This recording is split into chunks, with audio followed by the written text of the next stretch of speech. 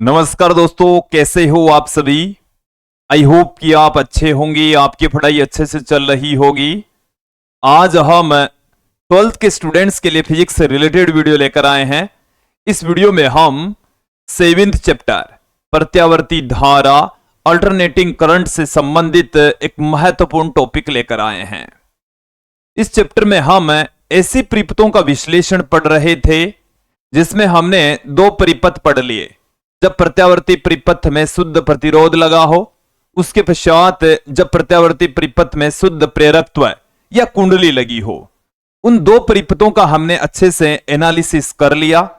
आज हम तीसरा ऐसी सर्किट लेकर चलेंगे। आज का जो हमारा टॉपिक रहेगा कि जब प्रत्यावर्ती परिपथ में शुद्ध संधारित्र लगा हो, केवल एक कैपेसिटर लगा हो, तो उस स्थिति में उस ऐसी सर्किट का विश्लेषण करेंगे। इस विश्लेषण में हम एक एक करके कुल 6 बिंदु यहां पर देखेंगे, जिसमें सबसे पहले हम प्रत्यावर्ती धारा का तात्क्षणिक मान और शिखर मान देखेंगे। उसके पश्चात प्रत्यावर्ती वोल्टता तथा धारा के बीच में कलांतर। उसके बाद में हम प्रत्यावर्ती वोल्टता तथा धारा का समय के साथ में ग्राफीय निरूपण, और उसके बाद में फेजर ग्राफ, और धारतीय प्रतिघात की आवर्ती पर निर्भरता। अंत में हम इस ऐसी सर्किट के अंदर औसत शक्ति क्षय का व्यंजक प्राप्त करेंगे। साथ में जब प्रत्यावर्ती परिपथ में शुद्ध संधारित्र लगा है, तो आज का ये जो हमारा टॉपिक है, इस पर आधारित कुछ न्यूमेरिकल क्वेश्चन भी यहां पर देखेंगे, समझेंगे। तो आज का जो हमारा वीडियो है वो ऐसी सर्किट पर आधारित है जिसमें संधारित्र लगा हो। विद्यार्थियों, यदि आप हमारे YouTube चैनल पर नए हैं तो चैनल को सब्सक्राइब कर लीजिए, साथ में बेल आइकन भी दबा दीजिए ताकि आपको आगे की वीडियोस की नोटिफिकेशन मिलती रहे। अब मैं इस वीडियो को स्टार्ट करता हूं। सबसे पहले हम हेडिंग देख लेते हैं। देखिए क्या है कि प्रत्यावर्ती परिपथ का विश्लेषण। ये प्रत्यावर्ती परिपथ होता क्या है? जिसमें प्रत्यावर्ती वोल्टता स्रोत लगा हो। क्या लगा हो? प्रत्यावर्ती वोल्टता स्रोत लगा होना चाहिए। प्रत्यावर्ती वोल्टता स्रोत। तो प्रत्यावर्ती वोल्टता स्रोत लगा है, इसका कैसे पता चलेगा कि ये हमारे पास में प्रत्यावर्ती वोल्टता स्रोत का सिंबल है। इससे हमें प्रत्यावर्ती धारा प्राप्त होती है। इसके जरिए दो बिंदुओं के बीच में प्रत्यावर्ती वोल्टता या प्रत्यावर्ती विभवांतर क्रिएट किया जाता है। तो ये वाला सिंबल किसी सर्किट में लगा है या प्रत्यावर्ती वोल्टता स्रोत किसी परिपथ में लगा है, तो उस परिपथ को हम प्रत्यावर्ती परिपथ कहेंगे और उसका एनालिसिस करने वाले हैं। आज के इस वीडियो में हम क्या करने वाले हैं कि जब ऐसी सर्किट में शुद्ध संधारित्र लगा हो, शुद्ध संधारित्र का मतलब है केवल और केवल संधारित्र लगा हो। केवल और केवल क्या लगा हो? संधारित्र लगा हो। तो उस परिपथ का हम विश्लेषण करेंगे, अच्छे से समझेंगे। 6 बिंदु हैं, एक एक करके हम यहां पर देख लेंगे। सबसे पहले तो मैं इस ऐसी सर्किट का ही निर्माण कर लेता हूं। ये हमारे पास में है संधारित्र। ये हमारे पास में क्या है? संधारित्र। और इस संधारित्र को हमने ऐसी परिपथ में जोड़ रखा है। किस में जोड़ रखा है? ये है ऐसी परिपथ जिसमें ये प्रत्यावर्ती वोल्टता स्रोत हमने जोड़ दिया है। इसकी धारिता है C। इसकी धारिता कितनी है? C। ये एक संधारित्र है जिसकी धारिता कितनी है? C के बराबर है। किसके तुल्य है? C के इक्वल है। ये जो वोल्टता स्रोत है, इसका तात्क्षणिक मान है V बराबर Vm sin omega t। V बराबर Vm sin ओमेगा t इस प्रत्यावर्ती वोल्टता का तात्क्षणिक मान है। इसमें आपको शुरू में एक सिंपल सी लाइन पुट करनी है कि जब प्रत्यावर्ती परिपथ में शुद्ध संधारित्र लगा हो, तो उस स्थिति में प्रत्यावर्ती वोल्टता का तात्क्षणिक मान माना किसी क्षण स्मॉल टी पर प्रत्यावर्ती वोल्टता का तात्क्षणिक मान, प्रत्यावर्ती वोल्टता प्रत्यावर्ती वोल्टता का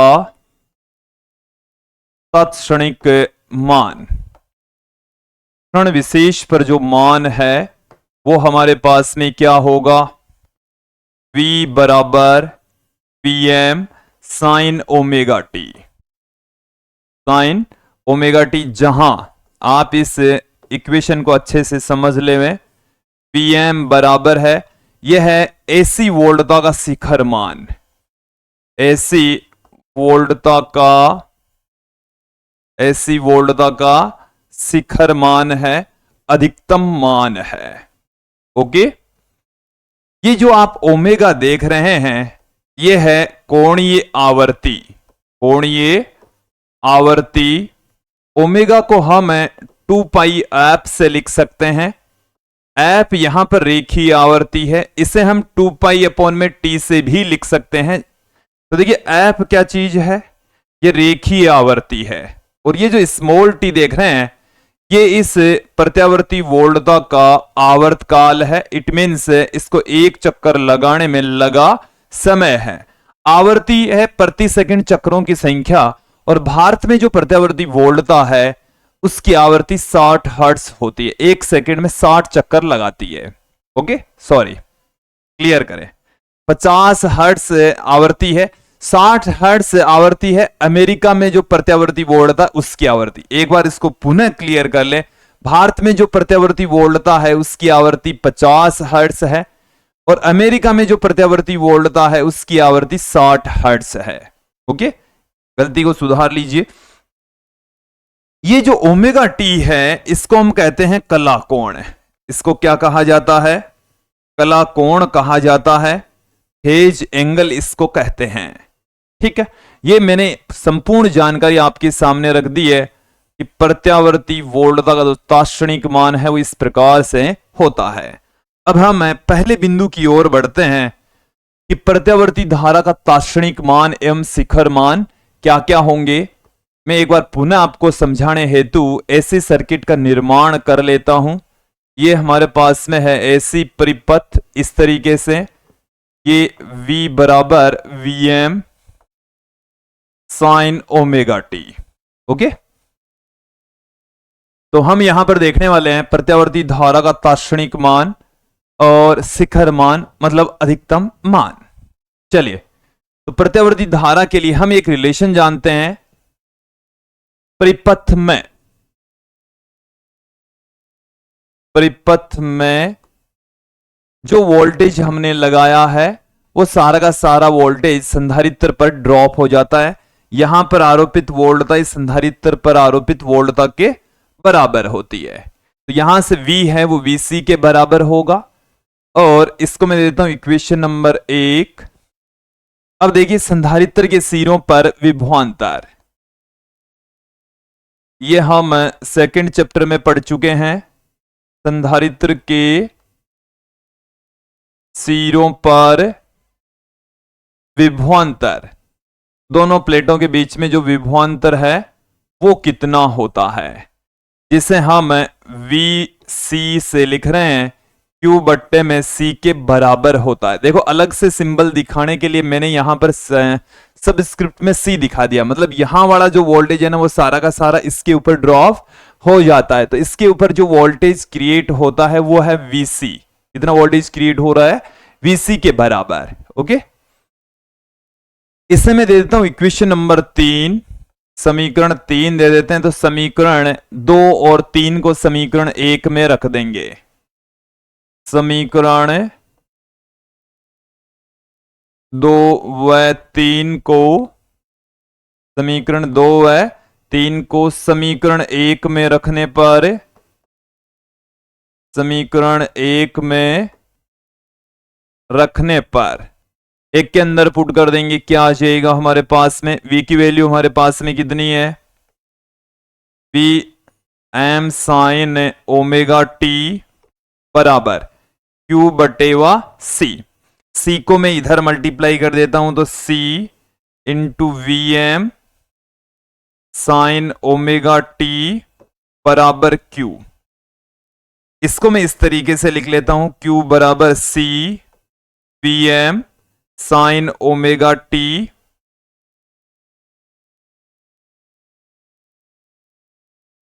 साइन ओमेगा टी। अब इस इक्वेशन को हम यहां पर डिफरेंशिएट करेंगे। क्या करने वाले हैं? इस समीकरण को हम डिफरेंशिएट करेंगे। एक बार मैं समीकरण 3 को यहां पर सबसे पहले पुट कर देता हूं। पहले दो समीकरण 3 जो हमने यूज में ली है, v बराबर V M sine omega T, जो हमने शुरुआत में पुट की है, बट इक्वेशन नंबर 3 अब दिया है। ठीक है, अब देखिए जो ये वाली इक्वेशन है, इसको हम टी के रेस्पेक्ट डिफरेंशिएट कर देंगे, टी के सापेक्ष इसका अवकलन कर देंगे। क्या आ जाएगा? जो बायोलॉजी के बच्चे हैं वो हमारे साथ में जुड़े रहें, आराम से इसको समझने का प्रयास करें।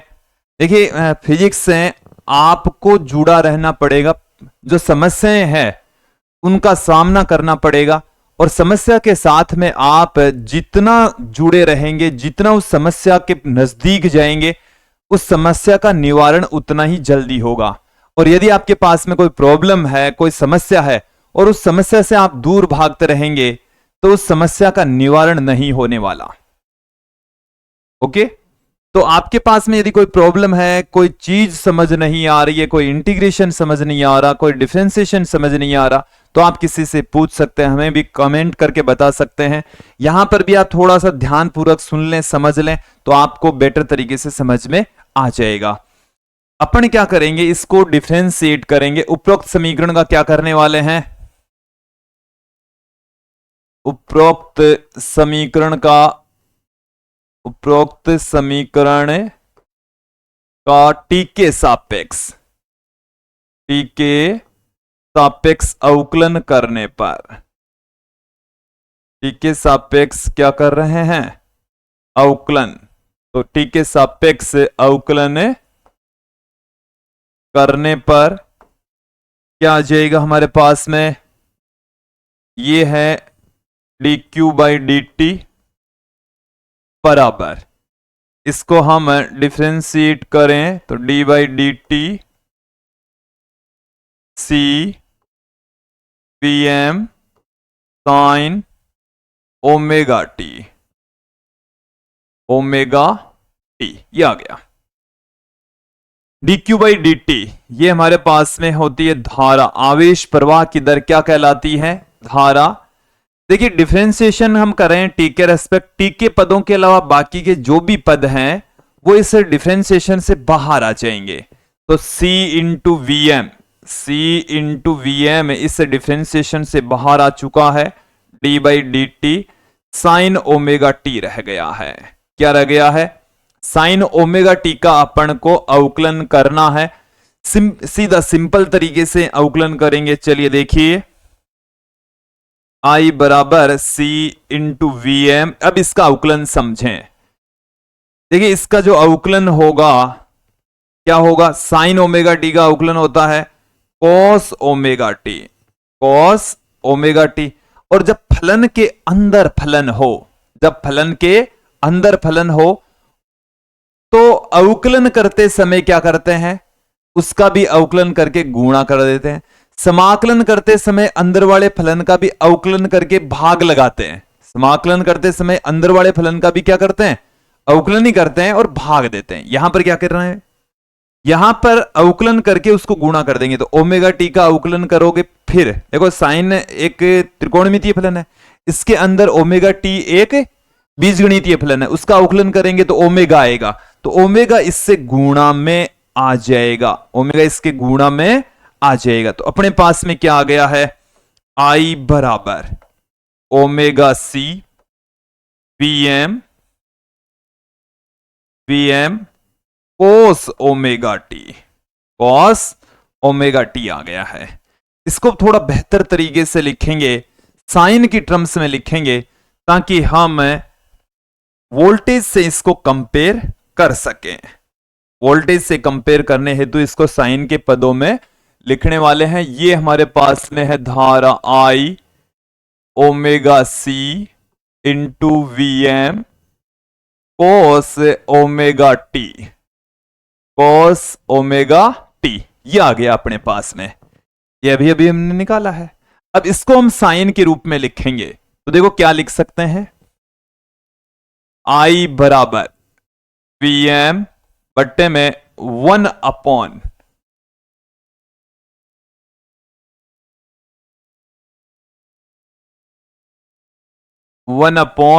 Omega C cos omega T को मैं लिख सकता हूं साइन ओमेगा टी प्लस π/2। देखिए साइन 90 प्लस थीटा क्या होता है, sine 90 plus theta cos theta होता है। साइन 90 प्लस थीटा क्या होता है, जो फॉर्मूला हमने यहां पर यूज में लिया है, साइन 90 प्लस थीटा बराबर होता है कॉस थीटा। क्यों होता है, क्योंकि साइन 90 के ऊपर कोस में कन्वर्ट हो जाता है। ये दूसरे चतुर्थांश में साइन पॉजिटिव रहता है, तो पॉजिटिव साइन आएगा, तो साइन का कोस हो गया, और दूसरे चतुर्थांश में होने की वजह से इसकी वैल्यू पॉजिटिव आ गई। अब देखें, इसे मैं इस तरीके से लिख दूंगा, I बराबर Im sine omega t plus π/2। ये हम लिख सकते हैं। ये हमारे पास में धारा का तात्क्षणिक मान आ चुका है। ये क्या है, यह है एसी धारा का, एसी धारा का तात्क्षणिक मान है, तात्क्षणिक मान है। किसी क्षण विशेष पर प्रत्यावर्ती धारा का जो मान है वो तात्क्षणिक मान होगा, और इसकी वैल्यू ये होगी। अब आप ध्यान दें, जहां हमने Im किसकी जगह पुट किया है, Im हमने देखो इस पूरी राशि की जगह पुट किया है, Vm बट्टे में 1/ओमेगा सी, 1/ओमेगा सी। इसको मैं इस तरीके से लिख देता हूं, Vm बट्टे में अक्स सी, Vm बट्टे में अक्स सी। इस Im बराबर Vm बट्टे में अक्स सी को हम एसी धारा का शिखर मान कहते हैं, एसी धारा का शिखर मान है ये, एसी धारा का शिखर मान है, एसी धारा का अधिकतम मान है। ओके, अब हम आगे बढ़ते हैं। यहां पर आपको बहुत सारी राशियां नई मिली होगी। एक तो Vm बट्टे में अक्सी, तो अक्सी है, इसको हम कहते हैं धारतीय प्रतिघात। अक्सी क्या चीज है, अक्सी हमने 1/ओमेगा सी के इक्वल लिखा है, इसे हम 2π/f भी पुट कर सकते हैं। अक्सी को हम कहते हैं धारतीय प्रतिघात। क्या कहा जाता है, धारतीय प्रतिघात कहा जाता है। डेफिनेशन क्या होती है वो भी आप समझ लें, धारतीय प्रतिघात किसे कहेंगे। तो देखिए ये धारा बराबर वोल्टता बट्टे में प्रतिरोध होता है, तो ये प्रतिरोध के रूप में ही काम करता है। ये वाली जो राशि है वो प्रतिरोध की भांति ही काम करती है, तो प्रतिरोध की भांति काम करती है। इसको हम यहां पर एक नया नाम दे देते हैं, धारितीय प्रतिघात। कि जब प्रत्यावर्ती परिपथ में शुद्ध संधारित्र लगा हो, तब धारा के मार्ग में उत्पन्न बाधा, रुकावट, व्यवधान धारितीय प्रतिघात कहलाता है। ठीक है, डेफिनेशन क्या हो गई है अपने पास में, जब प्रत्यावर्ती परिपथ में, जब प्रत्यावर्ती परिपथ में एसी परिपथ कह सकते हैं, जब प्रत्यावर्ती परिपथ में शुद्ध संधारित्र लगा हो, शुद्ध संधारित्र लगा हो, शुद्ध संधारित्र लगा हो, तो धारा के मार्ग में, धारा के मार्ग में उत्पन्न बाधा, उत्पन्न बाधा या रुकावट, बाधा या रुकावट धारतीय प्रतिघात कहलाता है। धारतीय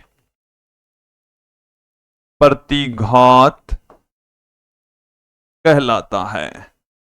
उस रुकावट को हम क्या कहते हैं? धारतीय प्रतिघात कहते हैं, धारतीय प्रतिघात कहा जाता है।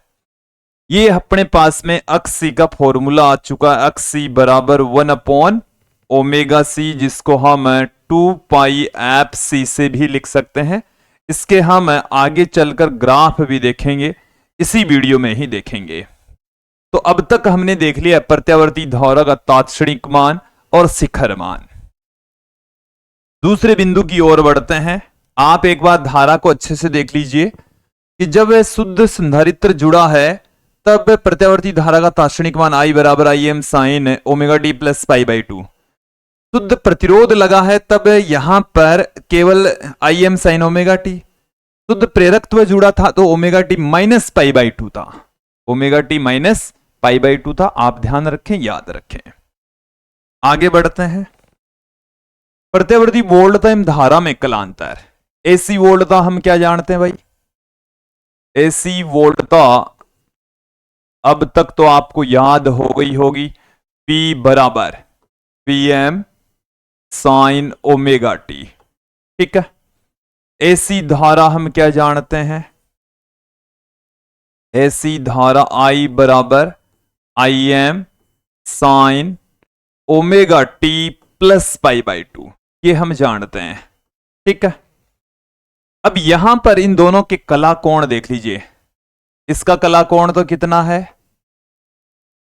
इसका कला कोण है ओमेगा टी। इसका कला कोण कितना है? Omega t. और इसका जो कला कोण है वो है omega t plus π/2। Omega t plus π/2, ये इसका कला कोण है। ओके। अब देखें एसी वोल्टता, एसी वोल्टता एवं धारा, एसी वोल्टता और धारा में कलांतर, कला कोणों का अंतर, कला कोणों का अंतर, जिसको हम क्या कहते हैं? कलांतर कहते हैं। तो देखिए वोल्टेज का जो कला कोण है वो है ओमेगा टी, धारा का जो कला कोण है वो है omega t plus π/2, omega t plus π/2। यहां से अपने पास में क्या आ गया है? Omega t minus π/2। Omega t से ओमेगा टी कैंसिल हो जाएगा, अपने पास में इसकी वैल्यू आ जाएगी माइनस π/2। इसका मतलब है कि वोल्टता पीछे है, क्योंकि वोल्टता वाला कला कोण हमने पहले लिखा, धारा वाला बाद में लिखा। तो प्रत्यावर्ती वोल्टता धारा से π/2 कोण पीछे है, या हम कह सकते हैं कि एसी धारा है वो वोल्टेज से π/2 कोण आगे है। एक ही बात है। तो एक महत्वपूर्ण लाइन में आपके सामने पुट कर रहा हूं। एसी वोल्टता, एसी वोल्टता, जब एसी वोल्टता एसी धारा से, एसी धारा से π/2 कोण, कितने कोण पर? π/2 कोण पश्चगामी है, पीछे चलती है उससे। वोल्टेज पीछे है, धारा आगे है। ओके। तो ये आपको समझ आ जाना चाहिए, क्लियर हो जाना चाहिए। अब हम अगले बिंदु की ओर बढ़ते हैं। अगला बिंदु है एसी वोल्टता और धारा का समय के साथ में ग्राफीय निरूपण। एसी वोल्टता तो अपने पास में क्या है? एसी वोल्टता है V बराबर Vm sine omega t, V बराबर Vm sine omega t. AC धारा क्या है? I बराबर Im sine omega t plus π/2, omega t plus π/2। ये है प्रत्यावर्ती वोल्टता और प्रत्यावर्ती धारा। ठीक है। अब मैं यहां पर इनका ग्राफ निरूपण करने वाला हूं। दोनों का एक साथ में ग्राफ निरूपण हम देखने वाले हैं। सबसे पहले एसी वोल्टता का देख लेते हैं। ये हमारे पास में है वोल्टेज, ये हमारे पास में क्या है? वोल्टेज। इस तरीके से ये वोल्टेज है। ओके। इधर हमने लिए हैं वोल्टेज V, और ये जो आप देख रहे हैं ये V का ग्राफ है, 0 है। ये हमारे पास में है T/2, ये T/4, ये यहां पर है 3T/4, और ये है T।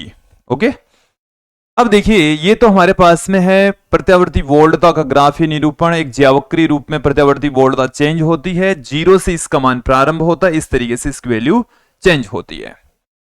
अब बात करते हैं धारा की। धारा क्या है, इससे जब ये ओमेगा टी है तो ये ओमेगा टी प्लस π/2, एक π/2 कोण ये अतिरिक्त आगे चलता है। जब इसका मान 0 होता है तो इसका मान π/2 होता है, तो यहां मान आएगा, कहां मान आएगा, यहां से स्टार्ट होगा। और जब इससे ओमेगा टी का मान π/2 है, यहां पर π/2 हो जाता है, तो इसका मान हो जाएगा 180, π/2 प्लस π/2 180, और 180 के ऊपर मान क्या हो जाता है, 0। क्या आ गया। फिर इसका मान जब 180 होता है तो इसका 270, ये माइनस में चला जाता है, यहां पर मान आएगा ऐसे, ठीक है।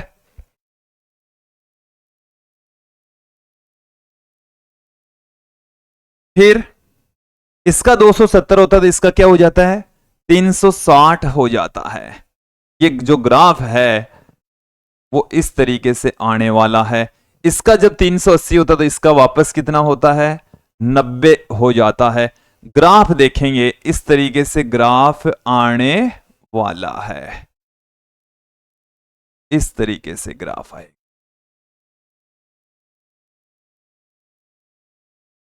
ओके, ऐसा ग्राफ हमें मिलने वाला है। ये प्रत्यावर्ती वोल्टता तथा धारा दोनों का एक साथ में मैंने ग्राफीय निरूपण दिखाया है, और वो आपको समझ में भी आ जाना चाहिए, क्लियर हो जाना चाहिए।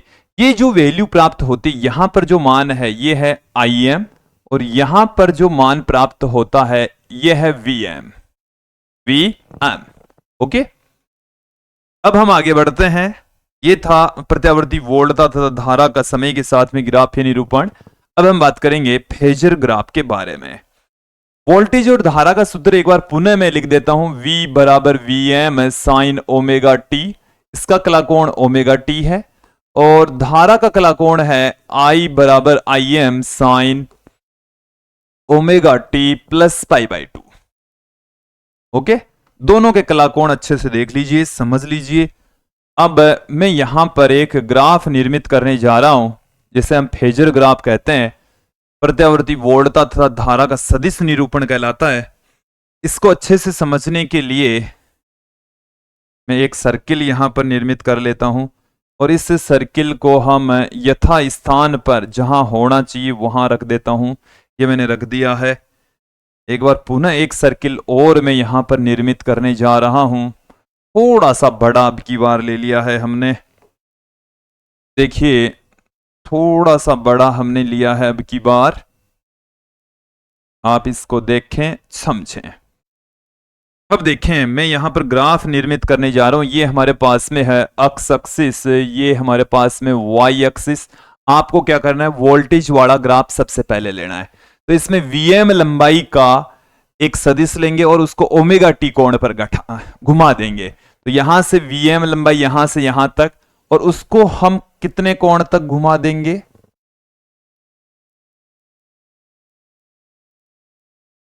थोड़ा सा इस तरीके से घुमाता हूं मैं। ये Vm का मान है, ये वाला जो एंगल है इस तरीके से, ये वाला जो एंगल है वो मैं लेता हूं ओमेगा टी। कितना ले लेता हूं, ओमेगा टी। यहां वाला जो मान है वो हमारे पास में है Vm। कितना मान है, Vm। तो यहां से ओमेगा टी एंगल पर Vm लंबाई का एक सदिश लेंगे। ओके, अब अपन को क्या करना है, धारा। धारा हमारे पास में Im sine omega t plus π/2। तो ये ओमेगा टी प्लस π/2 एंगल पर होगी, और इसका जो शिखर मान है वो Im होगा। तो ये ओमेगा टी तो बन गया। अब इससे π/2 कोण आगे होगा। कितने कोण आगे होगा, π/2 कोण आगे होगा। ये हमारे पास में है Im, और यहां से यहां तक का जो एंगल है वो है 90 डिग्री। अब देखें इनके तात्क्षणिक मान की भी थोड़ी सी मैं यहां पर चर्चा कर लेता हूं। जैसे ये घूमेंगे, ये यहां से इस तरीके से घूमते जाएंगे, इन दोनों के बीच का जो कलांतर है वो 90 डिग्री बना रहेगा, और ये जो मैं आपको बता रहा हूं इसके अकॉर्डिंग चलते जाएंगे। अब तात्क्षणिक मान क्या होता है, यहां से इसके ऊपर लंब डालें और ये वाली जो लेंथ आप देख रहे हैं, यहां से इसके ऊपर भी लंब डाल लें। ये वाली जो आप लेंथ देख रहे हैं ये प्रत्यावर्ती धारा का तात्क्षणिक मान बताएगा, और ये वाला जो मान है ये प्रत्यावर्ती वोल्टता का तात्क्षणिक मान बताएगा। प्रत्यावर्ती वोल्टता तथा धारा के तात्क्षणिक मान इस y एक्सिस के ऊपर इनसे इनके शिखर मानों से लंब डालेंगे तो इनकी जो y एक्सिस पर जो लेंथ है वो ही इनके तात्क्षणिक मान को रिप्रेजेंट करेगी। ये जो ग्राफ है वो फेजर ग्राफ है। ओके, अगले बिंदु की ओर बढ़ते हैं। अगला जो हमारा बिंदु है वो है धारितीय प्रतिघात की आवर्ती पर निर्भरता। किस तरीके से निर्भर करते हैं? धारितीय प्रतिघात को मैंने अक्ष C से लिखा है, जो कि क्या होता है 1 में ओमेगा C होता है, जिसे हम 1/2 पाई एफ C से पुट कर सकते हैं। देखिए अक्ष C है, ये समानुपाती होता है 1/f के। या इसको मैं ऐसे भी कह सकता हूं कि अक्ष C और f दोनों एक दूसरे की क्या होते हैं, व्युत्क्रमानुपाती होते हैं। अक्ष C समानुपाती होगा 1/c के। ओके, अब यहां पर हम ग्राफ देख लेते हैं।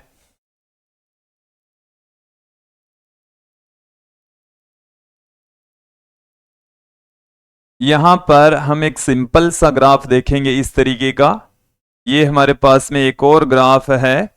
दो ग्राफ में यहां पर आपको समझाने जा रहा हूं। एक ग्राफ तो ले रहा हूं मैं अक्ष C और C के बीच में, अक्ष C और C के बीच में, दोनों एक दूसरे के व्युत्क्रमानुपाती हैं। इस टाइप का ग्राफ हमें प्राप्त होगा। धारितीय प्रतिघात धारिता के साथ में इस तरीके से घटता चला जाएगा। इसका मतलब यह हो गया है कि जब धारिता बढ़ेगी, धारिता इंक्रीज होगी, तो धारितीय प्रतिघात है वो घटता चला जाएगा।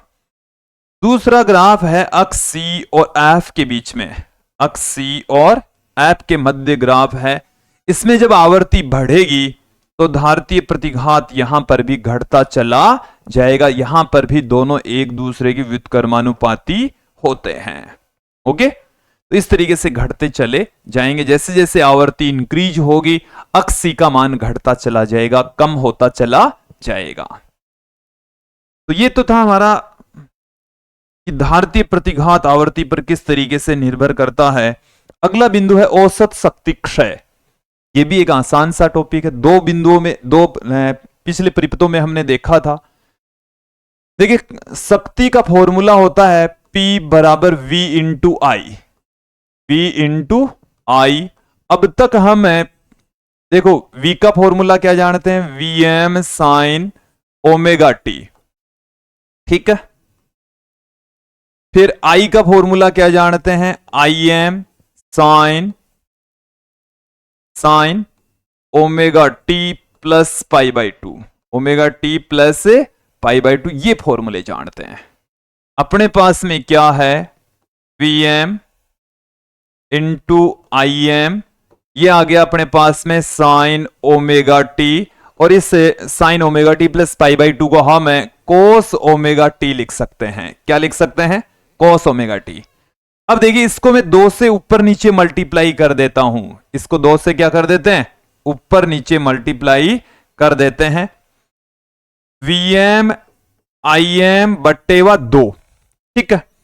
इसको मैं लिख सकता हूं sine 2 omega T, sine 2 omega T. Okay, अब इसका हम लेंगे औसत। उपरोक्त समीकरण का औसत लेने पर, उपरोक्त समीकरण का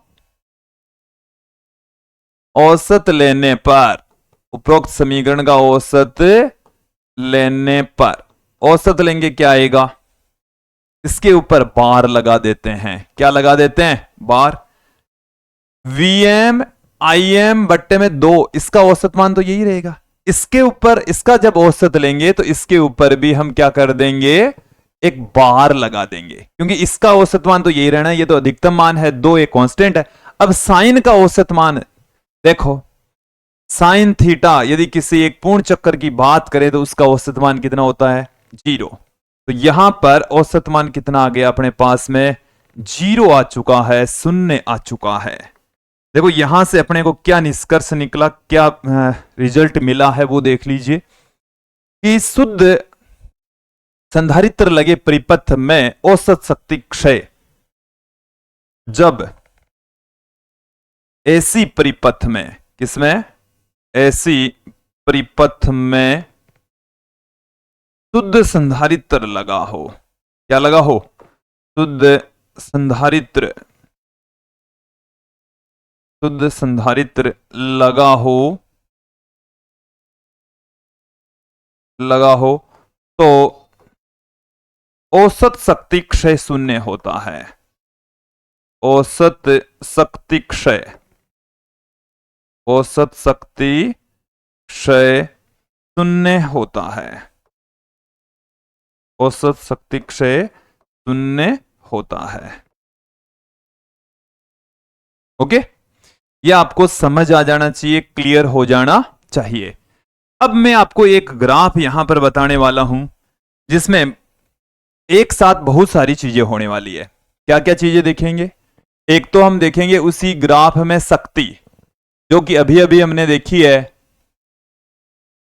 और क्या देखी है, Pm Im बटेवा 2 साइन 2 ओमेगा टी, एक तो शक्ति, एक V जो कि Vm साइन ओमेगा टी होती है, एक हम देखेंगे धारा जो कि Im sine omega t plus pi by 2 होता है, एक हम देखने वाले यहां पर Q जो कि C इंटू वी होता है, और C इंटू वी होता तो C Vm sine omega T.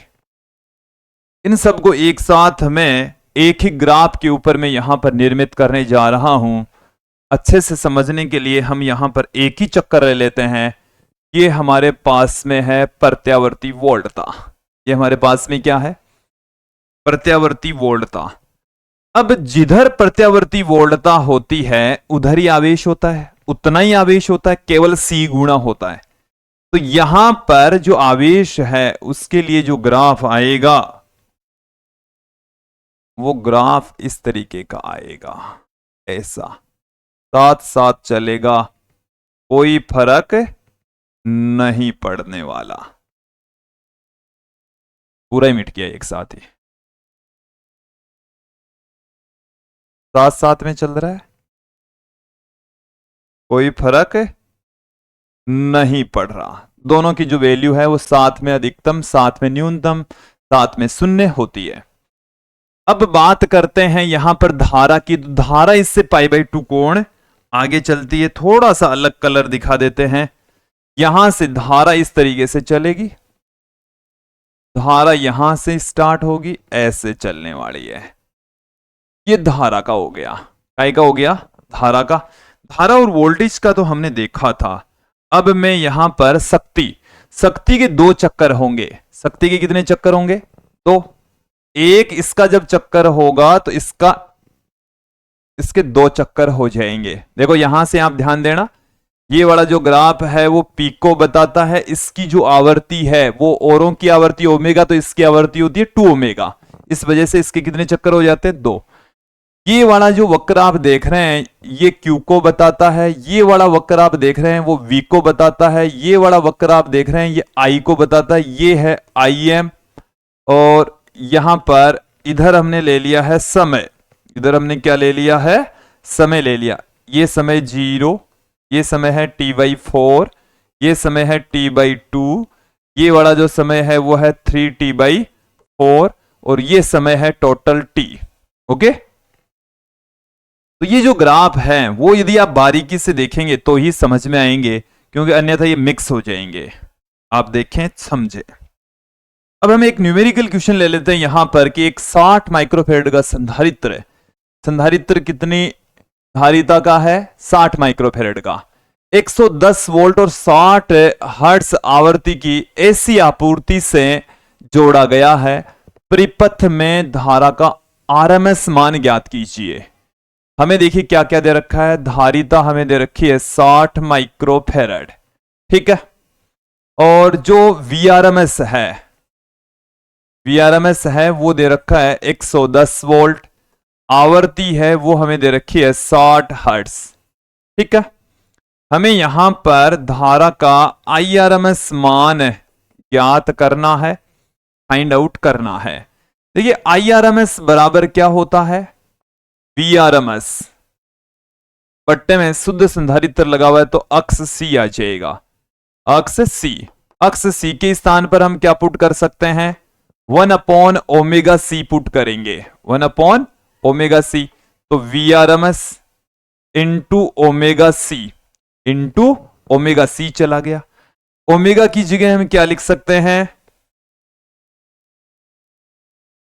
Omega की जगह हम लिख देंगे 2πf। क्या लिख देंगे, 2πf। अब देखें आप अच्छे से VRMS की वैल्यू, देखिए जैसे ऐसे कहे ना आपको कि भाई इतनी आपूर्ति से जोड़ा गया है, तो वो जो वोल्टेज होता है वो VRMS होता है, इतनी सर्किट से धारा बह रही है तो वो IRMS होती है। ठीक है, कोई उल्लेख नहीं है कि भाई अधिकतम धारा है या ये है, तो इसका मतलब वो क्या है, IRMS की वैल्यू होती है। तो यहां पर 110 इसकी वैल्यू है, 2 गुणा पाई का मान 3.14, F की जो वैल्यू है वो है हमारे पास में 60, C का जो मान है वो है 60 गुणा 10 की घात -6। कैलकुलेशन करेंगे तो अपने पास में धारा की वैल्यू एम्पियर में आ जाएगी। किस में आ जाएगी, पर कैलकुलेशन मुझे लंबी दिख रही है, चलिए इसको थोड़ा सा सिंपल कर लेते हैं। 11 को इसको इससे गुणा कर लेते हैं, 11 गुणा 6.28, 6 को इस 6 से गुणा कर लेते हैं 36। देखो 1 जीरो मैंने यहां पर, 2 जीरो 3 जीरो यहां से मैं कम कर देता हूं। ठीक है,